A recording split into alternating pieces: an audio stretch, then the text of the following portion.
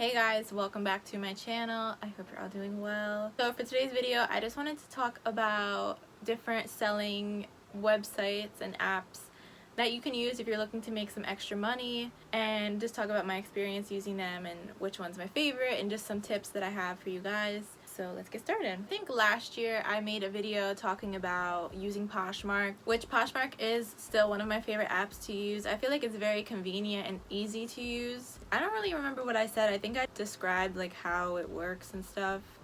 And I'm gonna briefly talk about that again. And eBay I've used for a couple years, and then I started using Mercari, which I don't really know why I didn't use it. I think I thought of it kind of as Poshmark, and I really didn't think it was that popular, so I figured I'm just gonna be wasting my time listing stuff because I didn't think that people used it as much. But I have to say, I'm gonna talk about this too, I've been really liking Mercari. I'm gonna start off with Poshmark. I utilize Poshmark mainly to sell clothes and like accessories and shoes, makeup, stuff like that. Each of these selling apps do have fees, so that's something, it's not a surprise, every one of them. It's just a matter of how much the percentage is of the fee. Some of them have selling fees, processing fees, all that stuff, so that's just something to keep in mind. But I mean, ultimately they are letting you sell stuff for free then if they don't charge it. I prefer Poshmark when it comes to selling clothes for a couple reasons.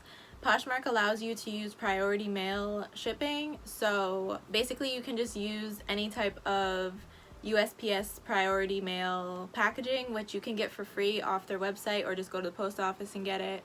And I know some of you might be thinking like, oh wow, it's free. It's not really free because somebody is ultimately paying for the shipping. Usually it's the buyer. You can pay for it and offer free shipping, but with Poshmark it comes out of your total earnings then, and a lot of the time I can't even offer free shipping because I'm selling a lot of my stuff for $5 or less, and selling an item for $5 means that I'm going to be getting $2.05 I think in earnings. With priority mail shipping it's over $7, so I would basically be paying someone to buy my pair of pants or whatever, because I would be in the negative. I'd be like -$5 then if I'm offering free shipping. They don't even allow you to offer free shipping if the total cost doesn't even cover. It's not like you can pay it back. You have to be making over $7 on that item to offer free shipping. I think every one of these you can get like prepaid postage and then just put it in the mailbox.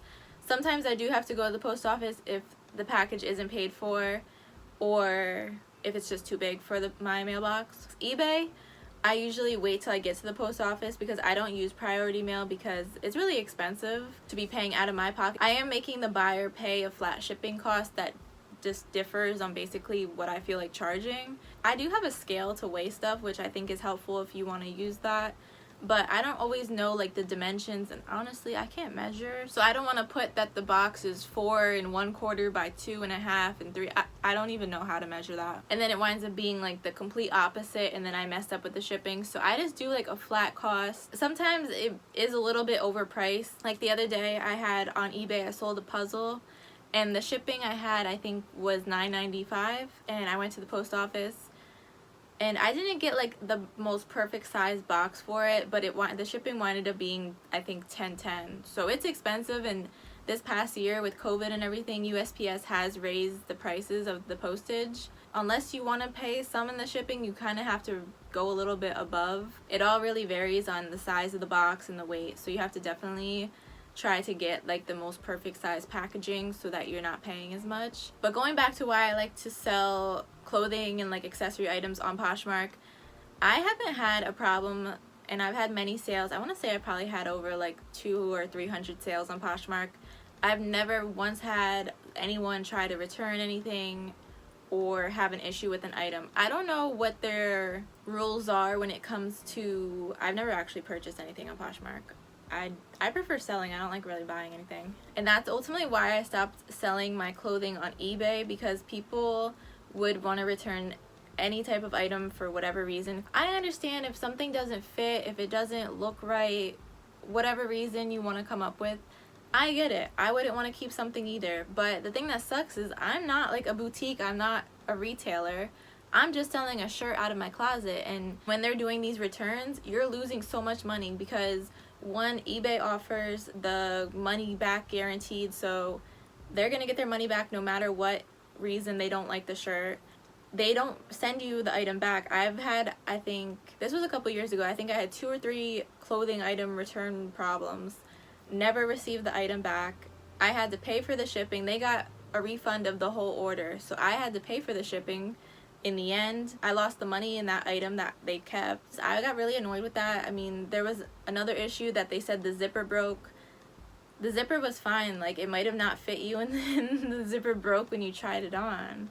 Never had a problem like that on Poshmark. So eBay I mainly used when I was in college to make some extra money. I was selling my textbooks, which I still have some of my textbooks that are up on there. Textbooks in college are hella expensive, so I was trying to sell anything that I could just to make some extra cash. I had to buy just all of these school supplies and everything else for my dorm room.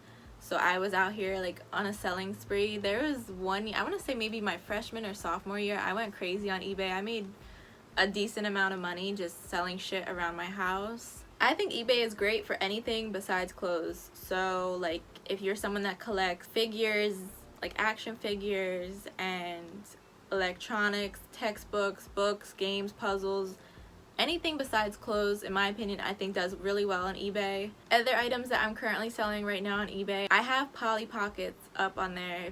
Polly Pockets are still around, but I'm 23 and Polly Pockets have definitely changed since when I was younger. They're really tiny now.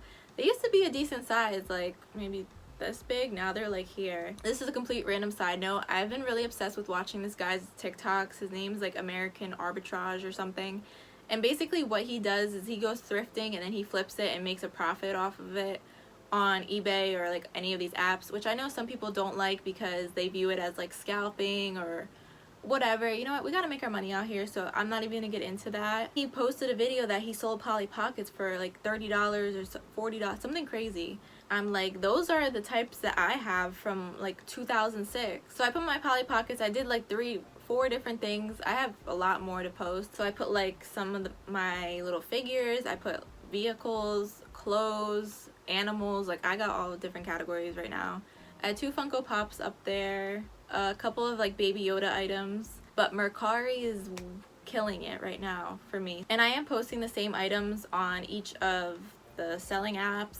Not everything that I have on my Poshmark is on both eBay and Mercari because I don't want to relist all those clothes that I have for like $3. With Mercari, I've had like 5 sales within 2 days, which is really, in my opinion, I think decent. Like I haven't had that many sales, I think, ever between Poshmark and eBay in 2 days. I put 2 of my clothing items and one of them sold. A pair of leggings from Victoria's Secret.